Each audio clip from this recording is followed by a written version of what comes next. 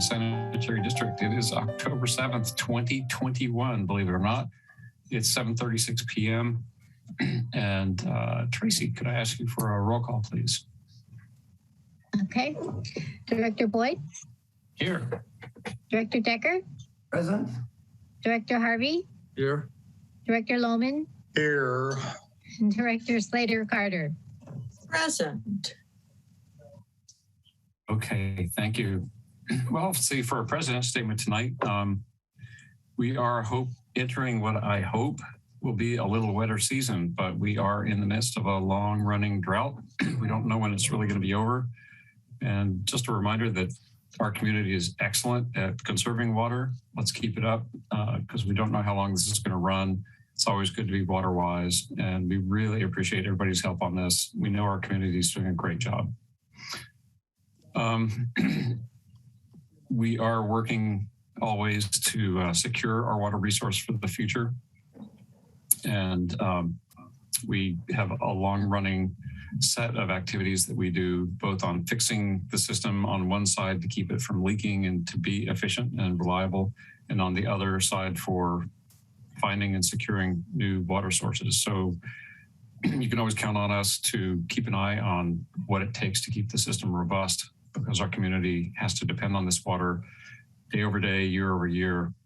So that's what we're here to do. But we all work together to work well with the resources that we have, and it's good to be part of this community doing that. Do we have any oral comments for items that are not on the agenda? I see Catherine wading into space. I'm guessing she wants to say something. Anyone else want to get on the list? Rick wants to, so we'll go to Catherine first and then to Rick.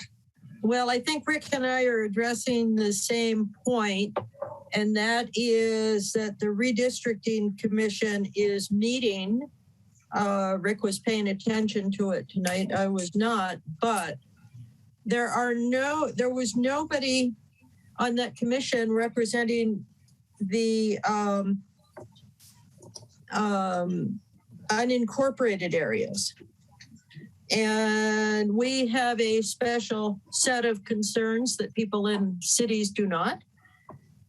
And so I think it's very important for folks to get in touch with them from Montara and Moss Beach and other unincorporated areas and say, you need to pay attention to the positive side of making sure that the unincorporated areas are represented as a single unit.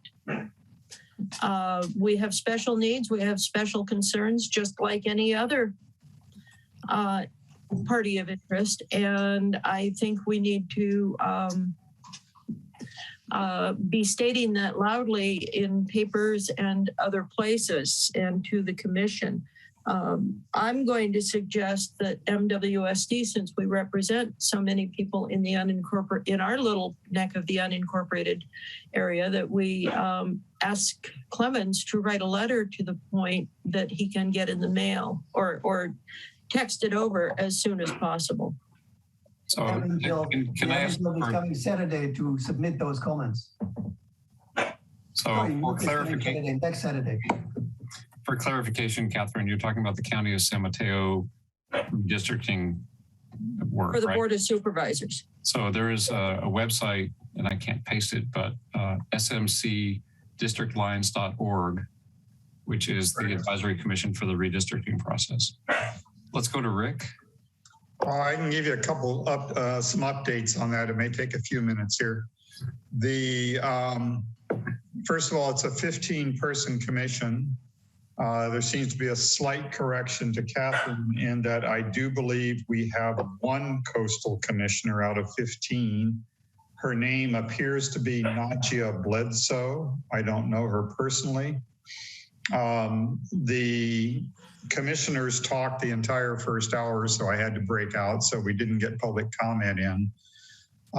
Apparently the results, we have a local unincorporated person over the hill, Virginia Corrali, who's actually running for the Board of Supervisors and supports special districts, launched a campaign to get co-siders and unincorporated people to write letters and texts and all that. Many of the commissioners commented specifically on the number of comments that came in from the unincorporated area as a very, very positive thing. Commissioner Bledsoe made all the arguments for why the unincorporated area needs representation. Another commissioner, Mr. Rudy Espinoza Murray, spoke specifically how impressed he was with the number of responses from the COSIDE. So I think we got the message across. There are multiple maps being presented, none of them official, all for discussions. There is one, and the number is 57388 for the record, that does horizontal bands across the county, basically splitting the COSIDE into 5 sections, which would essentially mean COSIDers and unincorporated have no voice in the future. So that's the bad map. There are some good maps. One is called NDC, which is the group that's running this. Minimal change, which is kind of like what we have here with a little bit of tweaking, which it looks like a pretty good map. We could possibly post on our website the addresses for people to send in more comments. I think we got a great start. I think we got their attention. So I'm very encouraged by that and the response from the COSIDE. I don't have all the dates because they have to decide something by December 3rd or something like that. Very early in December, they have to have a map that's approved. So now is the time to get representation for the COSIDE, because if maps like the one that just split everybody up into pieces means we will have no representation on the Board of Supervisors at all. So if we can post the addresses, they'll keep taking public comment. We got a great start, is all I can say. We are the lead group who's talking. There are some issues that 5 districts have to be within 1,000 people of being equal people. One of the maps has us including Daly City, which is kind of like, not like the COSIDE. So most of the maps include Pacifica and then creep over the hill. There's lots of little unincorporated pockets over the hill, which are people just like us on the coast that need representation. So I would super encourage our public out there to keep writing stuff. I would encourage the MCC, because we got reps here, to also put out a letter confirming what everybody is saying out here, that we need solid representation on the Board of Supervisors. And really the only way is to get all of us together in one district. We're the huge district by size, but not by population. So the current maps they're proposing, and the current ones, 5 cities are split. The current maps have only 2 cities split. Splitting cities is down to about the last legal criteria. So there might be some little tweaking, little tiny districts here and there to make it work. But I think we got a really good start for trying to save the COSIDE in the unincorporated areas. So I'd encourage everybody to track down those addresses and just send in a simple, they count all these responses. And if we've got hundreds of responses and there's 2 or 3 who object, we can win this and get good districts for the COSIDE. So we'll keep everybody updated as best we can. Thanks.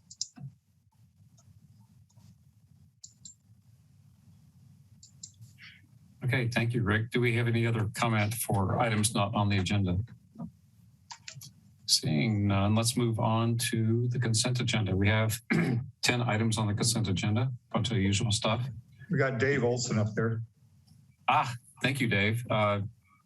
Dave, if you'd unmute. Dave, you're on mute.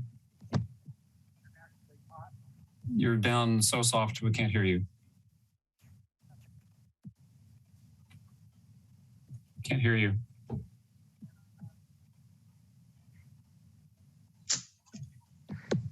That better? bit? A tiny bit. That's better. Not sure why it's not so low. Nadia was a very early member and chair on the MCC. Good. She's a longtime Coastside resident. She's a union rep down at UC. So she knows the Coastside well. I don't know her personally, but just wanted to pass that on. Thanks. Okay, thank you. She made great comments too, so I would support her comments 100%. So. Okay, so now let's go to consent agenda.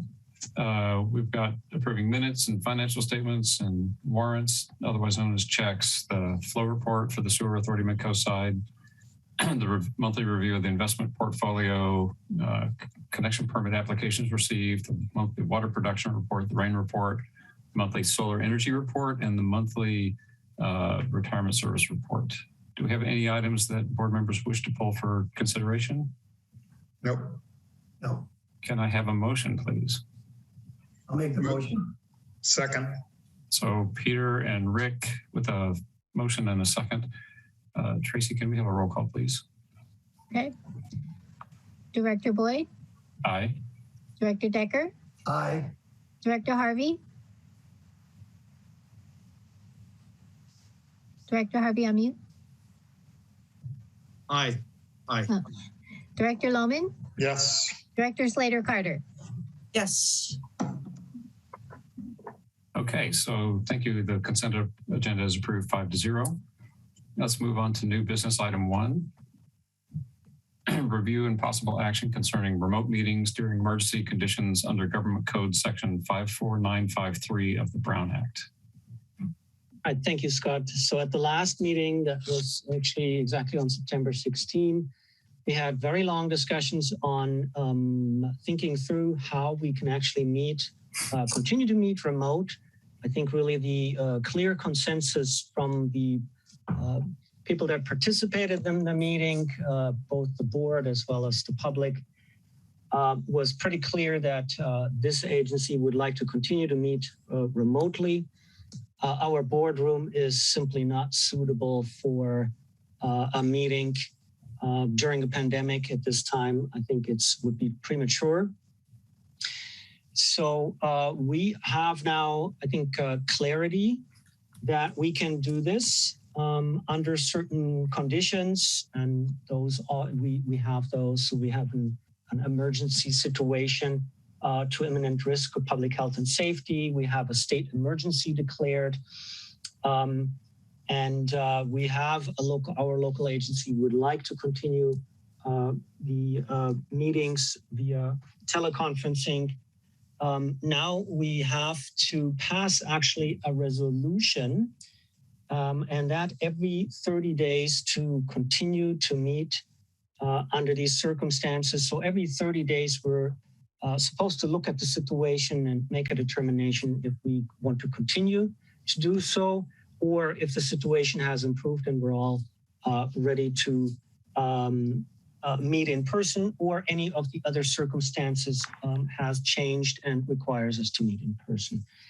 So with that, we're asking to adopt the resolution authorizing remote teleconference meetings of the Board of Directors of the Montara Water and Sanitary District, and that is under the Government Code Section 54953 of the Brown Act. That's during the existence of the state emergency conditions related to the COVID-19 pandemic. Thank you. Rick? I 100% support this. The SAM will be doing this. The LAFCO Legislative Committee I just met with earlier is doing this. The Redistricting Committee is doing this. I think pretty much everybody will be doing this for public safety until we get a little further down the road. I think this is great. So I would move to support the resolution. I'll second that.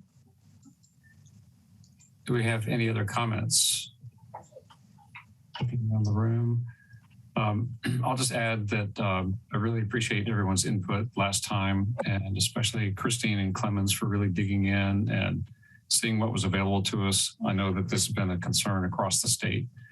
And I think Christine has done a very good job of guiding us carefully to make sure that we stay well within the bounds of the law.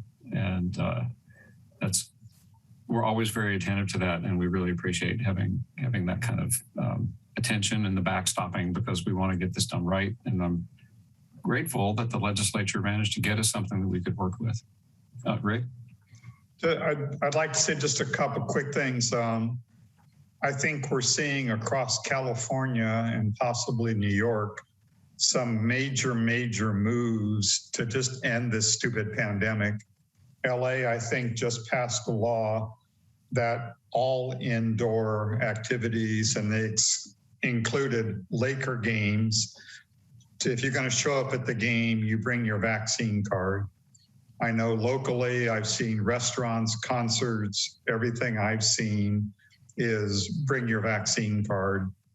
I think they're doing a great job of convincing people this is a good thing, and this will accelerate the process that will get enough people vaccinated eventually that we can, go to public meetings. This shouldn't last forever, but I think several places are moving in the right direction. We hope that the rest of the country will follow and realize they're getting great results out here. So we have a motion and a second. Any further discussion? If not, Tracy, could you give us a roll call, please? Okay. Director Boyd? Aye. Director Decker? Aye. Director Harvey? Aye. Director Lohman? Yes. Director Slater Carter? Yes. Okay, motion carries 5-0. My browser loaded a link and now I don't see the agenda, but I know that our next item on the agenda is about recology. Let me hand it to you, Clemens, while I try to get my browser back. Yeah, thanks. The title is Review and Possible Action Concerning Review of Recology 2022 Solid Waste Rate Increase. So we're going through this process every year pretty much at the same time. Our franchise agreement for solid waste services with Recology of the Coast specifies it's kind of like a 3-year cycle. So 2 years of index-based rate increases where only a selection of indices is looked at and determines really a rate, and if there is a rate increase or not. We've seen very minimal rate increases in the past 2 years. This year is a cost-based rate increase. And so with the cost-based rate increase, there's the actual cost for Recology that's looked at and considered. We do have actually a 6% cap on the cost-based increase that we negotiated at the last time the contract was open or actually added. However, this year we're looking actually at a larger rate increase that's not entirely based on cost. So this year we're looking at the addition of essentially composting services, which means a weekly green waste or weekly food green waste combination pickup. It would be the green can that we currently have. Instead of that being up twice per month, it would be picked up on a weekly basis. So we're doing actually two things here today. We're going through a review of the indices and for this year, the cost-based justification through our accountant, Peter Medina with Mays and Associates. So we're gonna receive a report from Peter tonight, and we're asking actually for the authorization to send out a Prop 218 notice for the rate increase that starts in January. Service starts in January 3, so in January 2022. Now, I mentioned we have really two components here. Peter's already used that. I'm taking the highlights of the report usually away. So, but Peter, you can fill in the blanks, of course.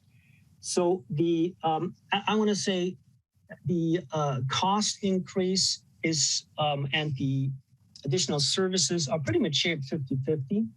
So we have around 4.5% in service increase cost, and the rest is based on the cost increase. And with that, I'm going to say that, during the pandemic, we have seen certain costs rise significantly. Particularly this year, this is not included in this increase. So I think we've got to be prepared for further increases, but those will be catching up at later times. With that, I also want to mention that we still are required to adopt necessary ordinances on our end to allow really for this to happen. This is going to come very soon. So we're going to actually join the county program in this. And to do so, we have to bring the contract and also the necessary ordinances to this board at the next meeting or the following meeting. We have until early December to do so. So with that, I also wanted to thank Chris Porter for being here. For any questions after we hear from Peter. It wasn't easy. Thank you, Chris, for making yourself available tonight. And with that, I'm going to hand it over to Peter. And Peter, you please tell us what you're seeing in the numbers, and let us know your thoughts. Very good. Well, thank you, Clemens. Good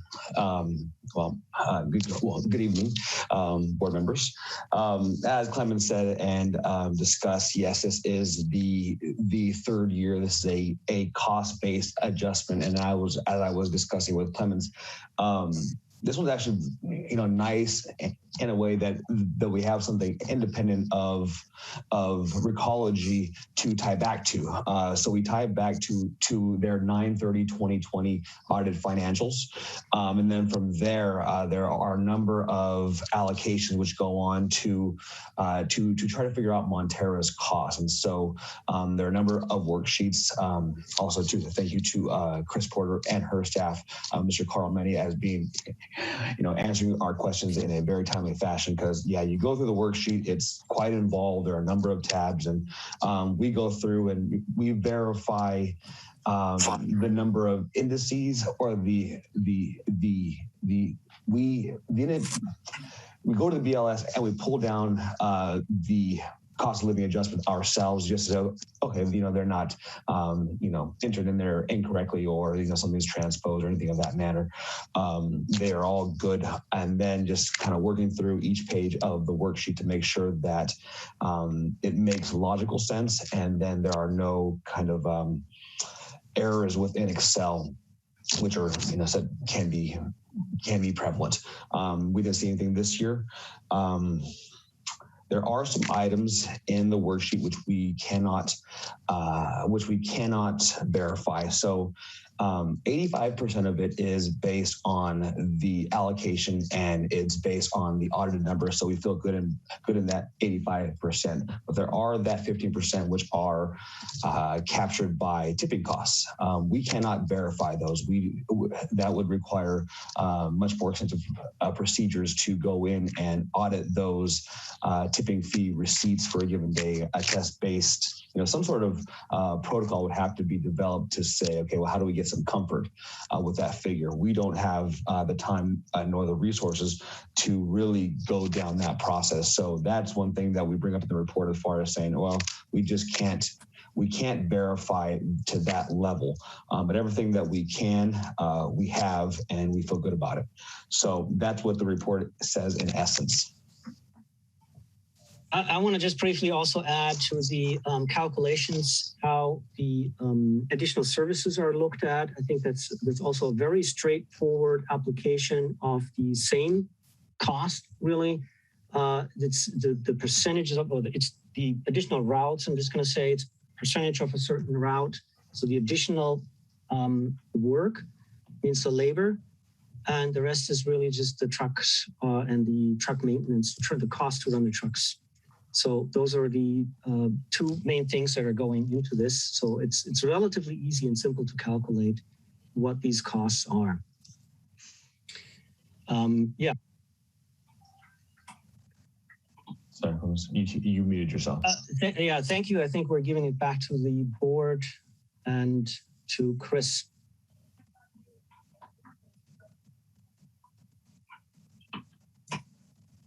I have a question. Okay, Jim. Chris, hi. Does this maybe I was interrupted for a minute, but do these costs include any extra supervision called for because of certain customers that we have in our district? That's just part of the service. have to make sure that I have to make sure that my drivers feel safe in doing their pickups. So I have to do what I have to do to make sure that happens. Okay. Thank you for asking that question.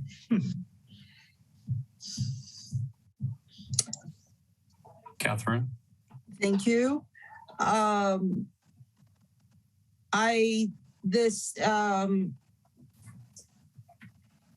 These costs are only going to keep going up, and it's because we have to meet the costs of doing service. We have to pay for gas, keep the trucks in good shape,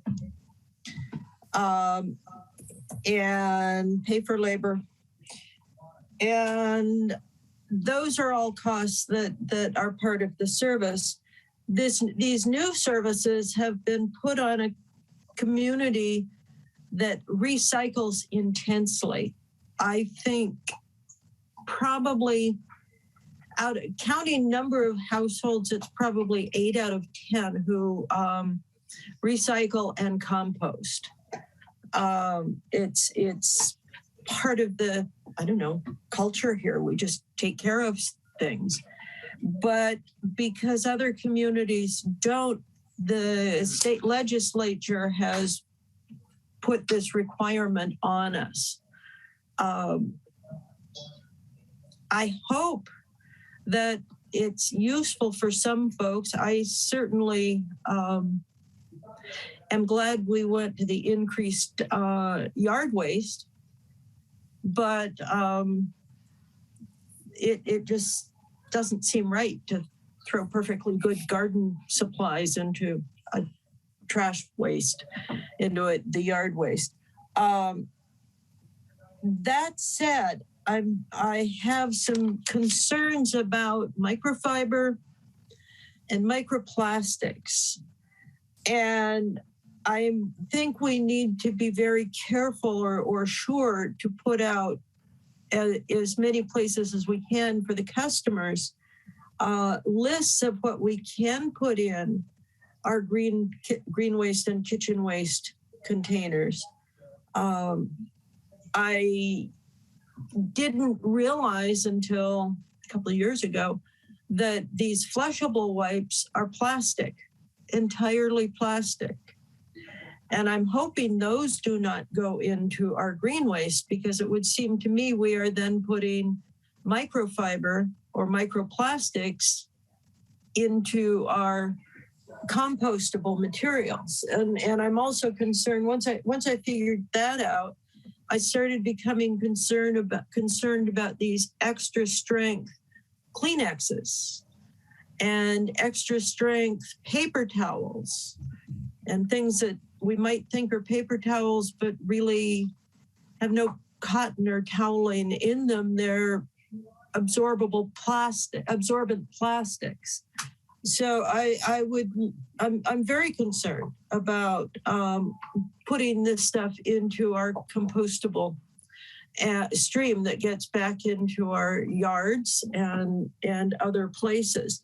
Kind of like the PFAS. At this point, we're at a point where it's going to be hugely expensive to try any kind of remediation on this. So if we can make sure to have those lists available digitally on both websites, but also in paper, and as specific as possible. And we need to be telling people specifically what can and can't go in there. I know Mid-Coast Community Council had quite a few meetings about where people were just outraged that we didn't recycle or we didn't put our paper towels in the green waste. And again, I started looking it up and I couldn't find any good information on my concerns about microfibers and microplastics and so on. So I'm sure that you at Recology keep up on this, but we need to keep our public informed. The governor today just signed a bill saying that finally, after huge expenses to sewer systems and therefore ratepayers, that flushable wipes need to say they're not flushable. Wow, that took a while and a lot of effort. That shouldn't have, that's like a no-brainer. So I'm hoping that working with Recology, that MWSD and Recology can take a lead in keeping the public informed about these microfibers and microplastics. There are going to be 3 separate notifications sent out between now and the beginning of the program as to what is acceptable and what is not acceptable. Great. And the target date is for the first one to go out by the end of this month. So I already sent some information to Clemens that I don't know for sure yet whether it's posted on the Montara website or not. I forgot to look. But anyway, that is a big part of the program as far as doing identification of what is acceptable. And we've been doing it in Pacifica for the last 10 years. They've been doing organics. And so we really have streamlined exactly what we need to say in the notifications to make sure that the correct material gets into the cart. So, we, of course, will be working with the customers. We expect lots of questions, no problem with that.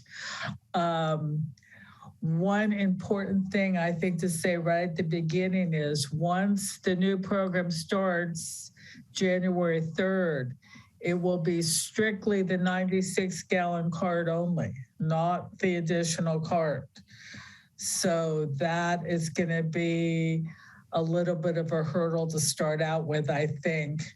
Maybe not, because it'll be weekly now instead of bi-weekly.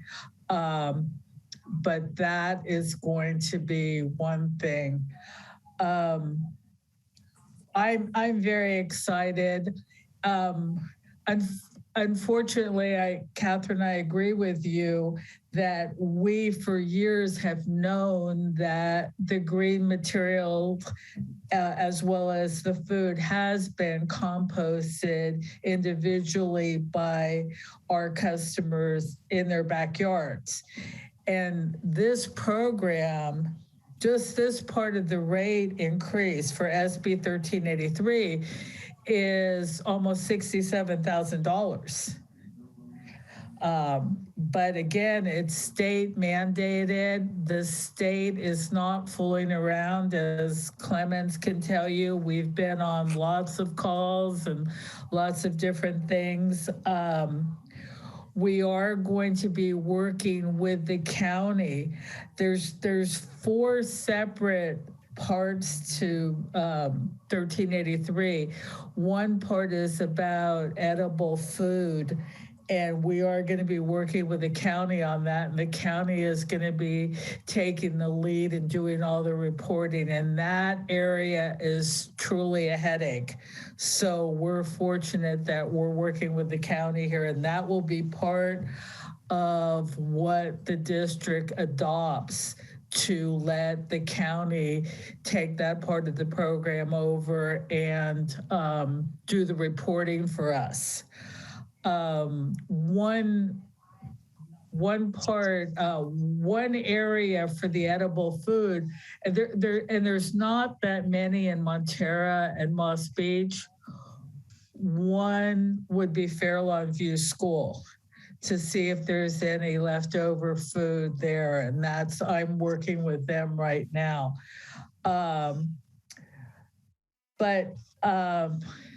There's so many components. This is really intense. And we all thought that because of COVID, that they were going to put this off for at least a year, but in their infinite wisdom, they decided not to. So we're all moving quickly, trying to make sure everything's in place. There also needs to be somewhat of an amendment to the franchise agreement to include all this information about 1383, and I have my corporate attorney working on that, and we will be coming forward, I'm hoping in the next 2 weeks, with a document for Clemens to review and then present to the council, the board, excuse me. So I'm working as your partner as much as I can. And, Clemens is an excellent partner with me. Also, we've done quite a few things together. So I feel you're in good hands, that we're on top of it. And just a compliment to you, Chris. I think we've all done a great job getting this to this point here. We already posted information on 2 spots on our website that essentially list out what can be placed into this can and whatnot. Mm-hmm. And we also have that's essentially the largest article that we send out with this month's newsletter. So that's already either in your inbox, in your PO box, or you will see it very soon. So we already start to send the message out as hard as we can. Catherine? Thank you. Chris, I have 2 comments. One is maybe to help people remember, you can say green waste. It used to be 2 cans every 2 weeks. Now it's 1 can once a week. Oh, that's a good one. Okay, let's go. And I'm not done. I want to know what this food waste thing is. It means that they're supposed to be sorting edible food and giving it away. What is this? Edible food is part of 1383, and that is if you have food that can be donated instead of landfilled or composted, even, that you find a venue to do that. And so it's like Coastside Hope or the Pacifica Resource Center or places like that. And the county has existing commitments with these different places about how to handle this type of food to get to people in need. So it is a very good program. It's a complication that has a lot of reporting that none of us wants to be involved in. So they have already spotlighted the different areas. There's a lot more places like in Pacifica that have food like this, but there's very minimal in Montara and Moss Beach. And we've already, been in contact with these people and working forward on this new program. But again, that will have to be accepted by the board that the San Mateo County will take over the responsibility of the edible food portion of SB 1383. And I think Clemens already has that document, don't you, Clemens? Yes, we have the document. Yes. And is this solely for commercial enterprises? Yes. Okay, because years ago when we had that restaurant, we tried giving food away, and the liability end of it for the restaurateur was huge. We stopped doing it because of the lawsuit potential. And I hope the county is willing to take that end of it, because the individual businesses should not be forced to pay for this. The county is taking full responsibility for this program. I just made a note, and I will double check on that one aspect. Yeah, because we were very worried about things like being sued for food poisoning, even though because we had no control after it left our hands of how the food was treated, what conditions it was stored under. Let's go to Rick. First, I want to apologize to the community because I think I accidentally overdosed on political commentary pills this morning. First of all, I support this program 100%. Composting is so much better than just throwing it in your trash. But I've watched some recent articles and programs on the much bigger problem for the world, which is food waste.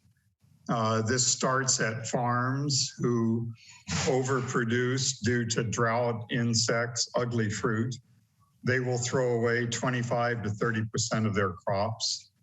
Grocery stores overstock to make their places look better. They throw away food. Restaurants are overserving food. They create waste. And homes ourselves can plan better not to throw food away. So the better solution is not creating the compost instead of just composting. Decaying food, farms everywhere that decay it, and when it composts, create methane. Methane is like 100 times worse than CO2 pollution and everything else. So we have, especially in the United States, a serious problem with throwing food away.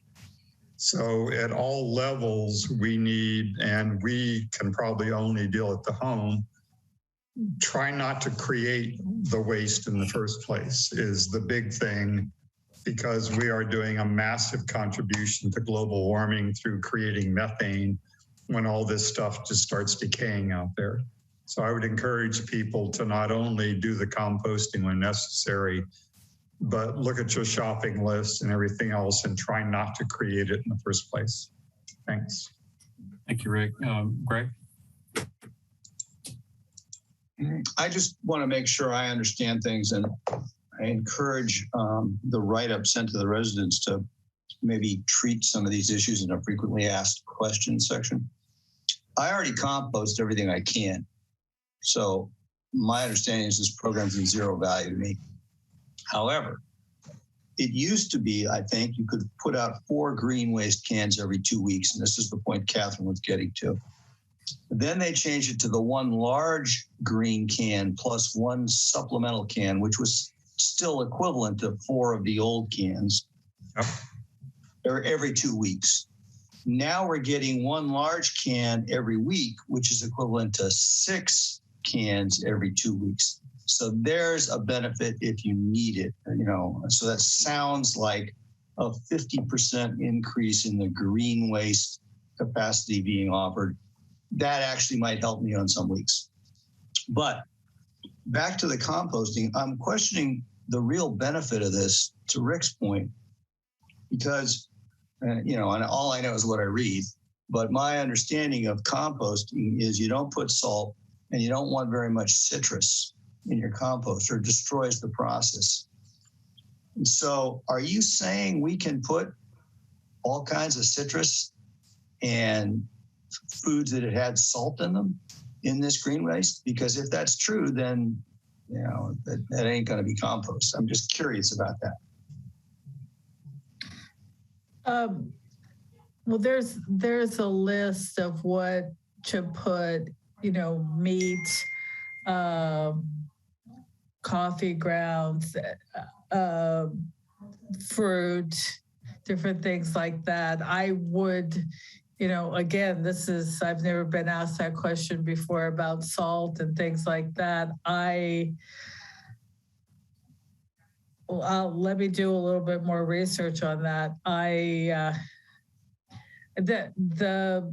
The number one idea of the whole program is just to get as much out of the landfill as possible. And so that is something, again, I'll do a little bit more research on that and find that out and make sure to get that information out.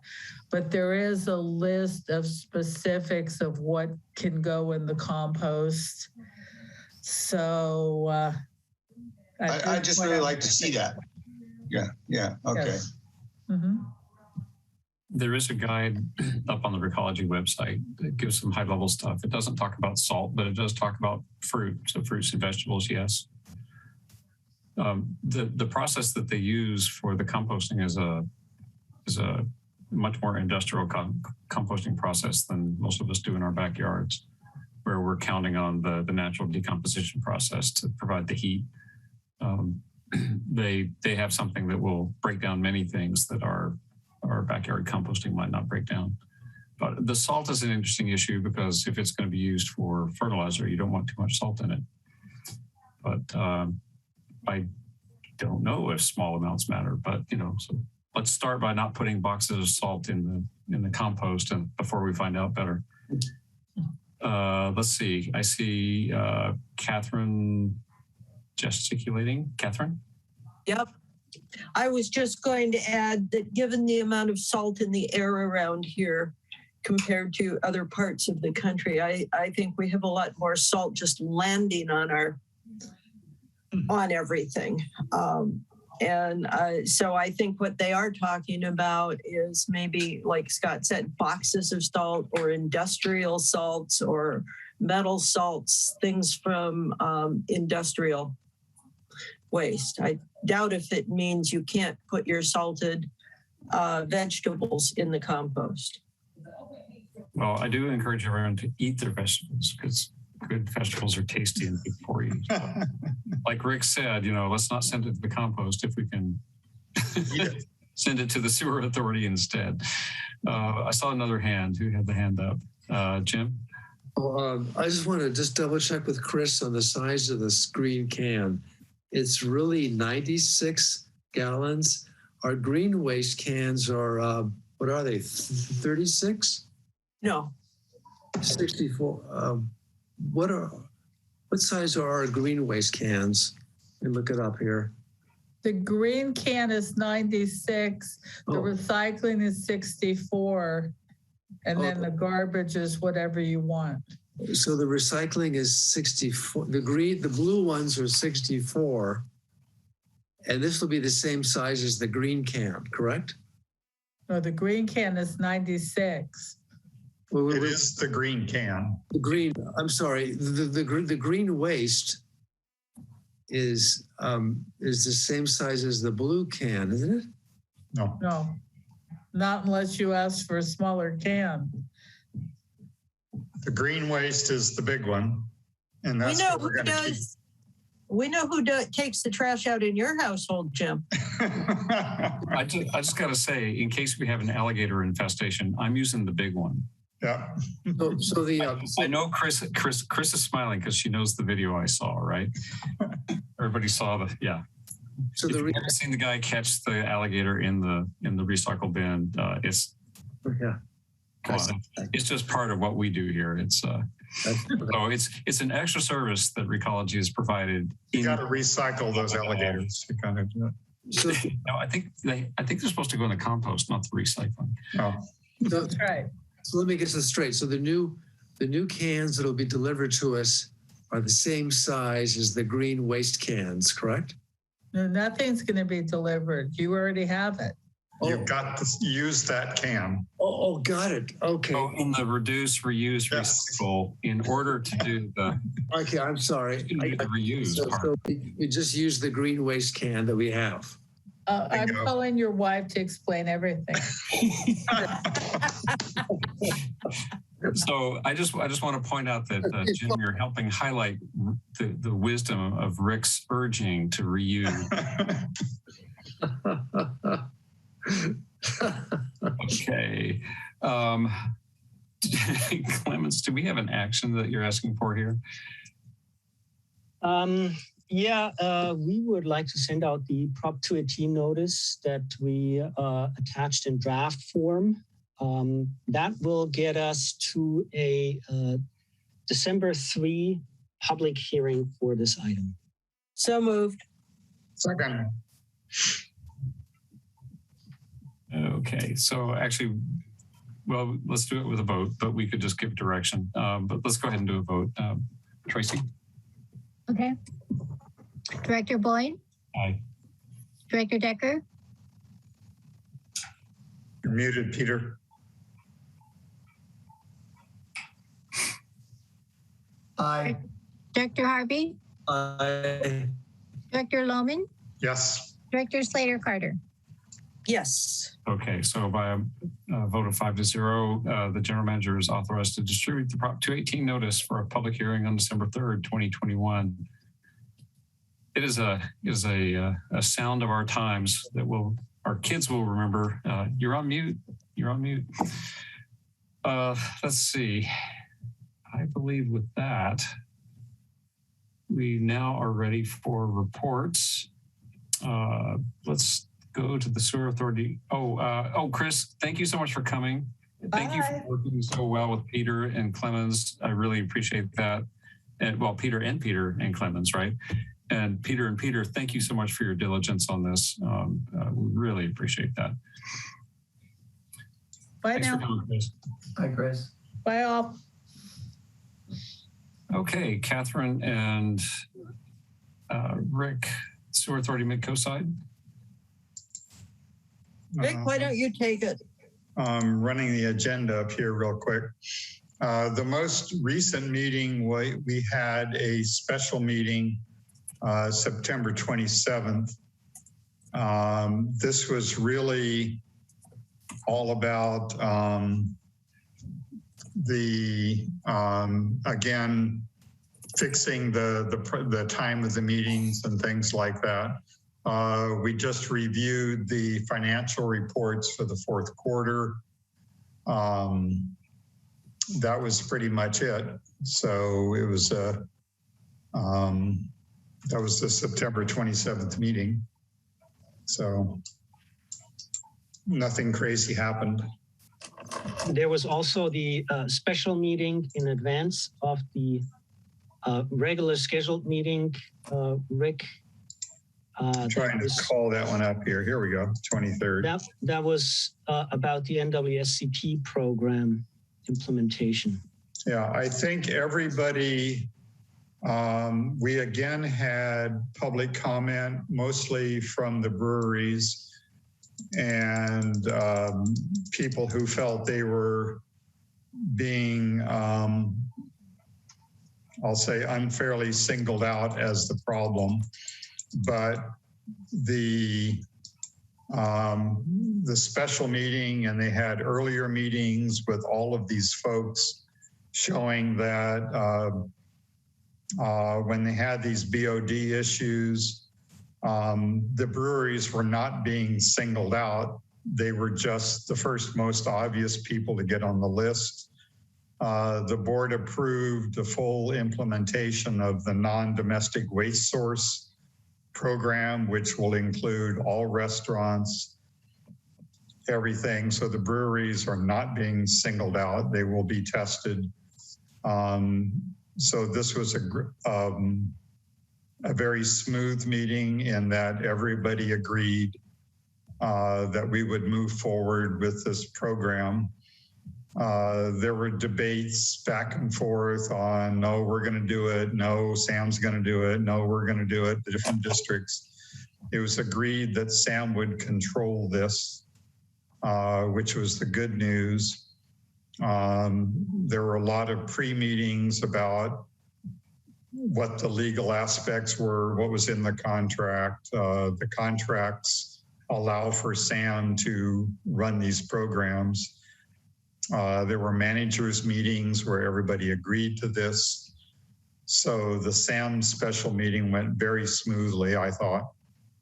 And everybody agreed to launch this program, which has huge ramifications for the state people who are watching us all the time. So we have shown great progress on having no problems in like August and September.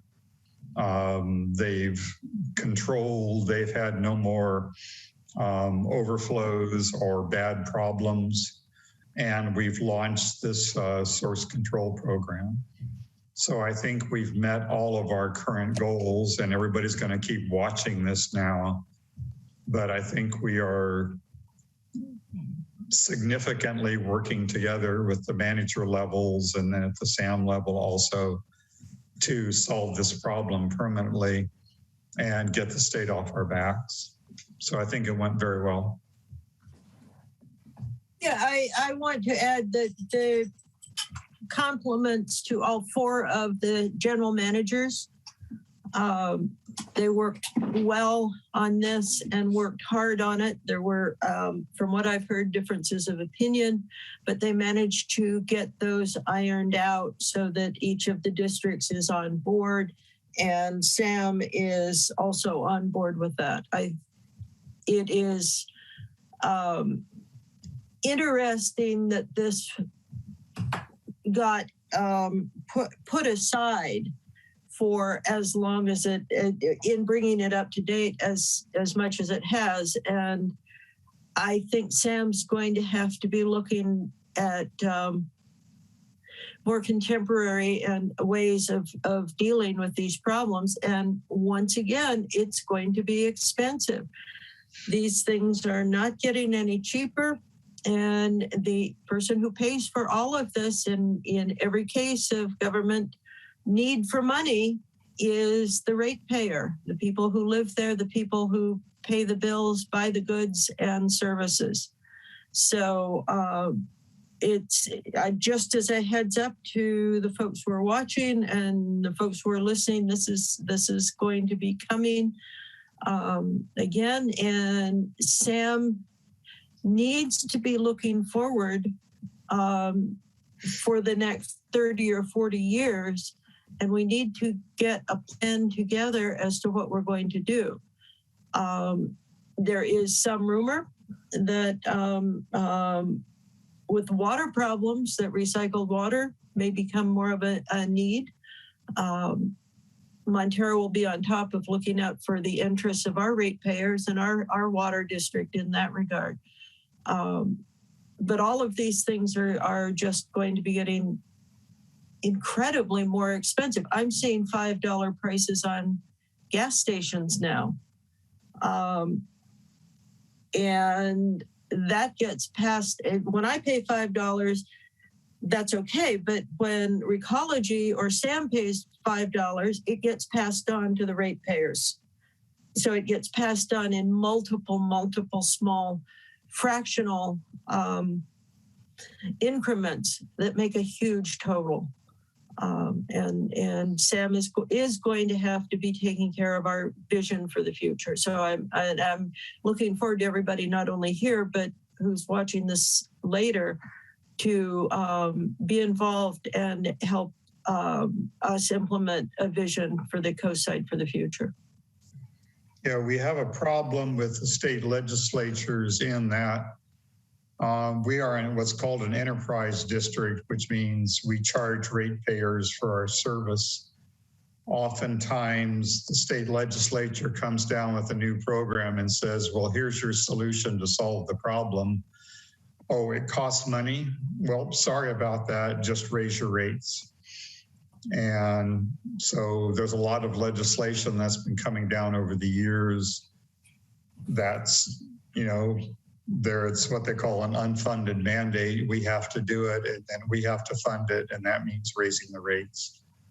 So hopefully that, we always work at keeping the rates as low as possible here, but we are often the victims of some state legislature issues sometimes. Let's go to Greg with a question. I guess I have a question and a comment.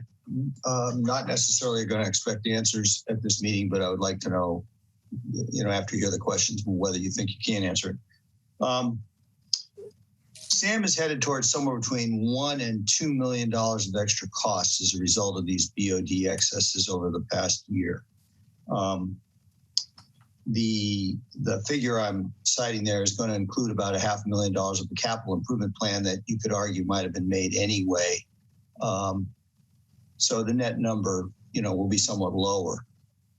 But my question is, and I'm going back to something Debbie Reddock said at the SAM meeting on, I think it was July 28th, where she implied our ratepayers aren't going to be paying for the mistakes made by other SAM agencies. So, on behalf of the ratepayers in Montara, my question to be answered at a time of your choosing is, what is MWSD going to be doing to get back the $1 million+ that have been wasted because of presumably corporate or business users of the system? I don't want to see our ratepayers stuck with that extra cost, which leads to a related issue, which is the creation of this non-domestic waste control program could actually be viewed as a P&L or cost center or product line. And I'm curious what the SAM financial projections are going to be, because there will be costs to administer it, but is that possibly a source of revenue which could be used to get back the money that has been wasted by these excesses? So I would ask those questions of MWSD and the SAM representatives, and I hope you would carry those thoughts forward. There's one other thing. Well, one other thing going on, and I'll just throw it out there. There are summary judgments that have been requested in the lawsuit by all three entities. Is there anybody who can make a comment about that, or is that just because it's a legal matter, something that none of you can talk about? No. Okay, we'll skip that. Skip Let's that. go to Rick and then to Catherine. Yeah, just to answer one of Greg's questions, at the series of meetings that's happened over the last 2 weeks, we've avoided comments, which I think are initially very good, from all the agencies, including Half Moon Bay, saying, hey, this isn't our problem. We're not paying for it. We got past that issue, at least at this point. So we have many other issues, like you said, including the lawsuits and stuff like that. But we have a truce, I think, at this point, both because they've at least worked out some solutions at the plant to take care of the BOD and all the other issues. So we've had no new fines, no new discrepancies. So there's kind of a calm at this point, which is, Half Moon Bay, as they were implying, saying, we're not going to pay for this. It's not our problem. And obviously we are way up here in the north. We have the tea distiller, you know, in down near the airport. But again, we are very minimal industrial people. But we got past that argument for now. And I think what we're going to be looking at is just the future of what SAM is. I keep bringing up at the meetings, as we're considering throwing, you know, millions of dollars into repairing a 40, 50-year-old plant, we need to look again at the 2040 committee, which is it time to redesign SAM and either have subsections here and there, local recycled water in Half Moon Bay or up here in north, and lots of things. Half Moon Bay dropped out of that program because of all the other programs. We're hoping, I hope, to relaunch a whole new design of SAM that, you know, focuses on local issues. So we'll be looking at that in the future, but at least we got past the initial problem of one group saying, well, that's not our problem because we're monitoring us and we don't have a problem, so we're not paying for the north. So at least we're past that, at least for now. Okay. Catherine.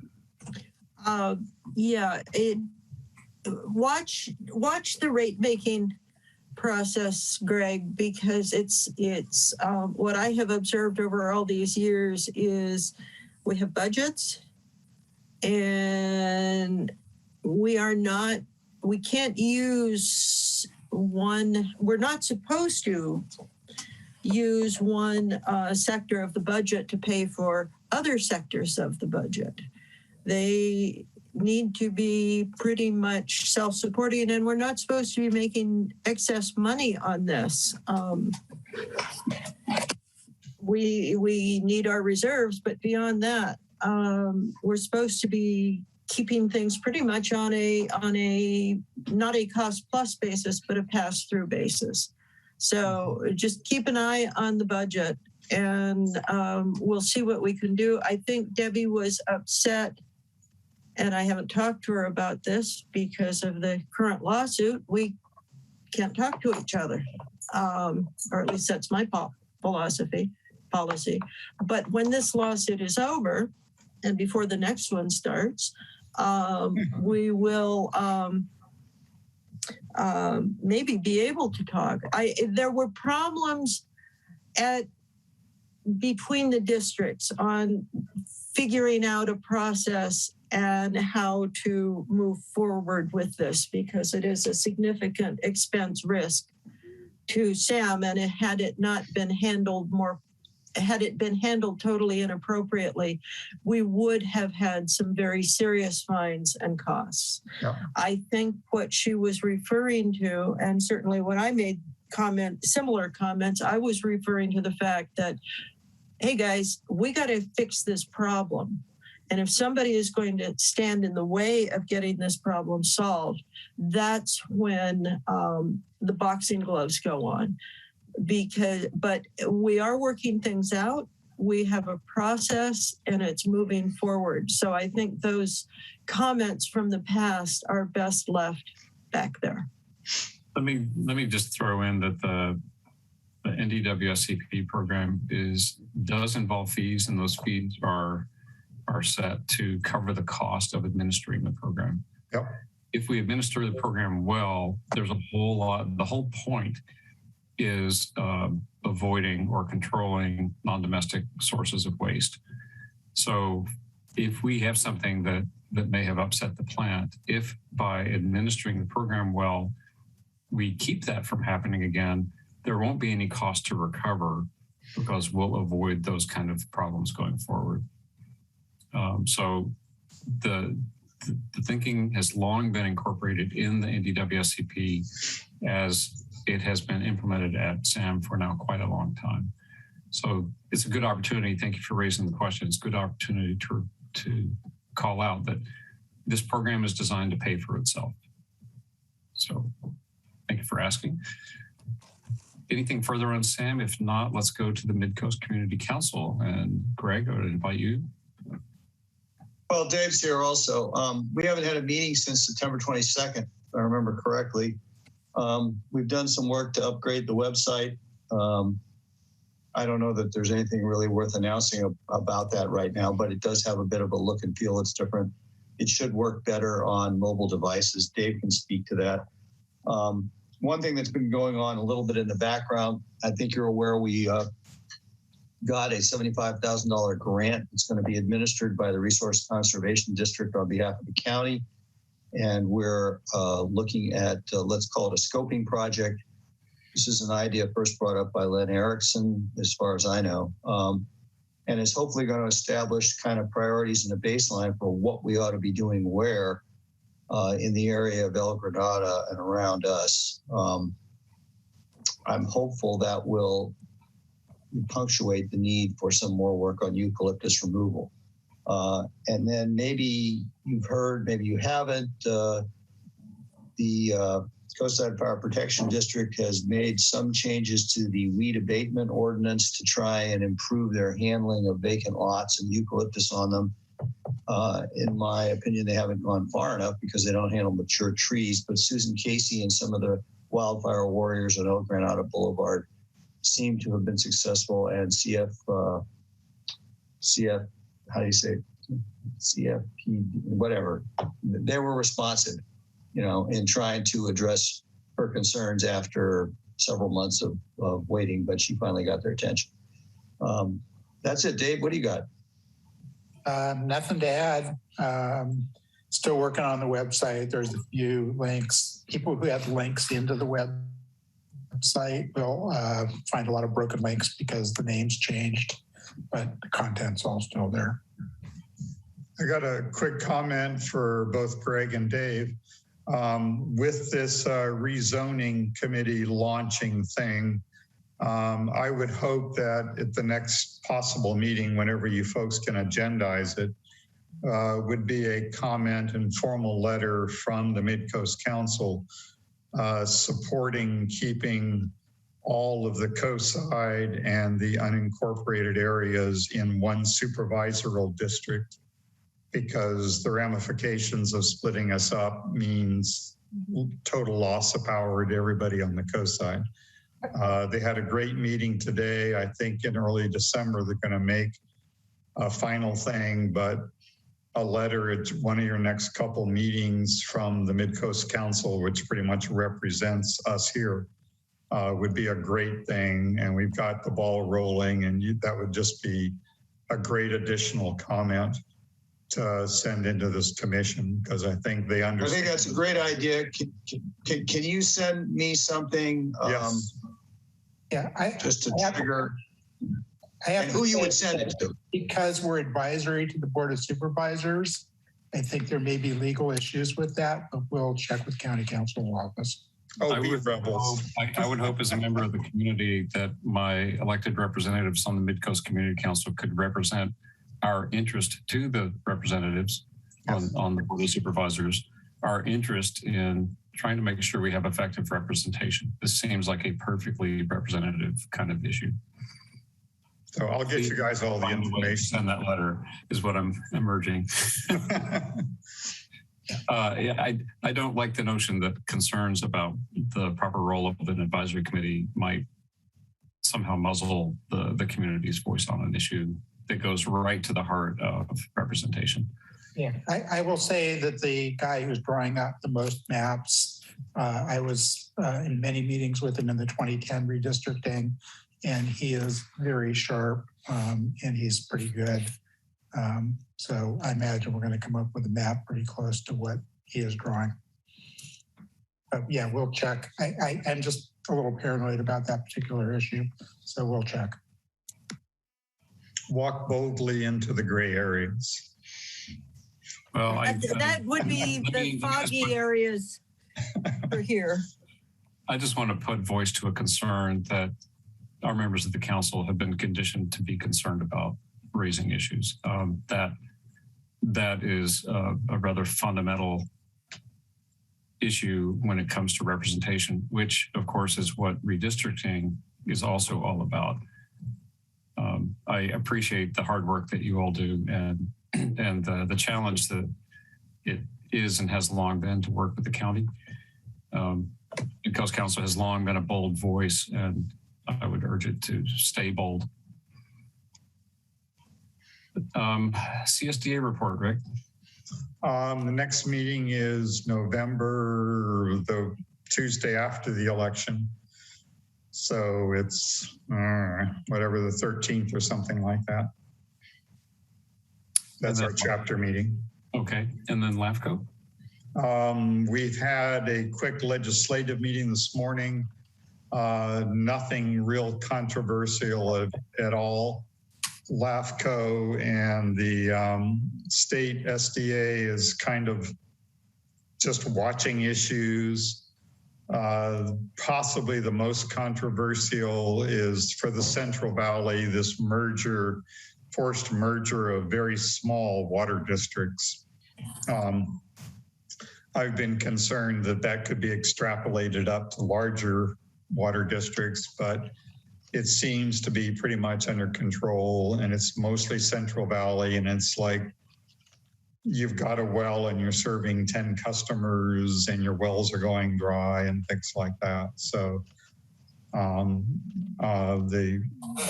California reps are watching all these bills, but there don't seem to be any serious issues. We're calling everybody and say, please stop this bill. So things are moving along pretty smoothly. And the next LAFCO meeting is in the third Wednesday of next month or something. Okay, thank you, Rick. Attorney's report.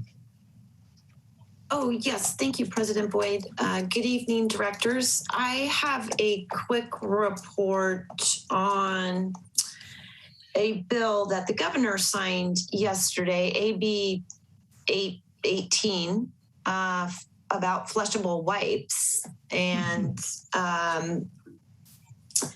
we all probably recall the presentation the last year or so. I can't remember the name of the group pushing this legislation.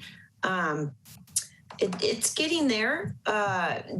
Basically, the new law requires that certain pre-moistened, non-woven disposable wipes, which include baby wipes, bathroom cleaning wipes, toilet cleaning wipes, hard surface wipes, be labeled clearly and conspicuously with the words "do not flush" and a related symbol. It also non-flushable. Sorry. No, I was just saying that was great. Sorry. Yeah, that's okay. It also prohibits a covered entity like the manufacturer from making representations about the attributes or the benefits of the wipes, like they're environmentally friendly, or I forget some of the other phrases that marketers put on products to catch your eye. There's also enforcement provisions, monetary fines of up to $100,000 per violation. It also establishes a consumer education and outreach program, and the manufacturers are required to participate to collect information and collaborate with wastewater agencies for the purpose of gaining understanding of consumer behavior regarding the flushing of wipes. Let's see. And in an effort to conduct a comprehensive multimedia education and outreach program throughout the state. And it also requires manufacturers to annually report to specified legislative committees and the regional board on their activities under the program. And those reports are supposed to be posted on the regional board's website. So that's it. So thank you. So that's what happens when you don't self-regulate. You wind up getting to have annual conversations with the regional water quality control board. That's pretty sweet. Sometimes it works. Director's reports. Anyone? No. That was mine. So let's see, General Manager report. Oh, Catherine's waving. Oh, Catherine, if you can put your hand up, I see it, and you go to the top of the list. I did. Oh, no, your okay. little hand. The Zoom hand. Oh, No, but that's okay. You don't have to do it now. You've got my attention. oh, good, good. I got a regional water quality control board agenda, and I noticed that in October, they're going to be spending 2 meetings talking about stormwater and new controls and requirements for stormwater.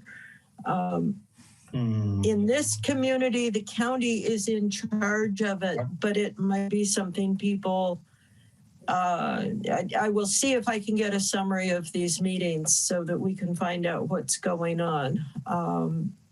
It may have more effect for agencies that control the stormwater, and we don't have that kind of control, but it's hard to tell where it's going. So we'll see. Okay, Clemens, General Manager's report. Yeah, we've had some queries here at prior meetings about the status of the Montara Mountain, the peak of Montara Mountain.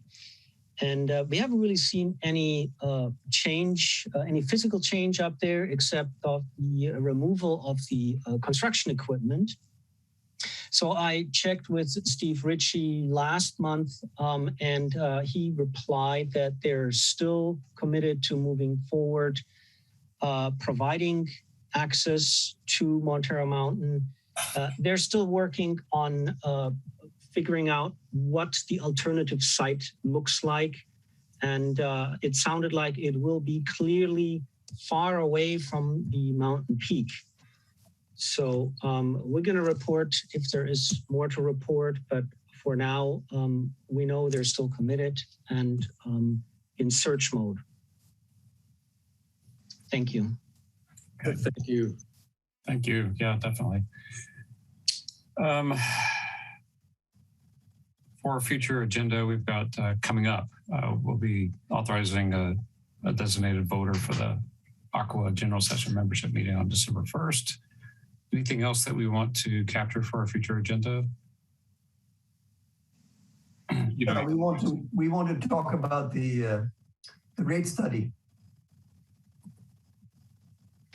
Yeah, that is one item that will come up when we are ready. Yes.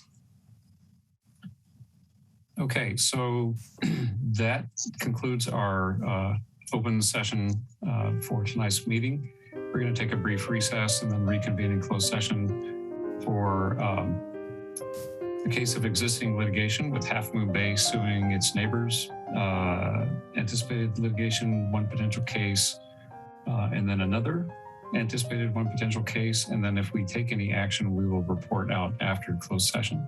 I'd like to thank everyone for joining us. We really appreciate your presence, your watching, your participation. Please keep coming back, and please keep letting us hear from you. Thank you so much. And with that, we are recessed, and we'll say goodnight to our members of the public. Night, guys. Good night.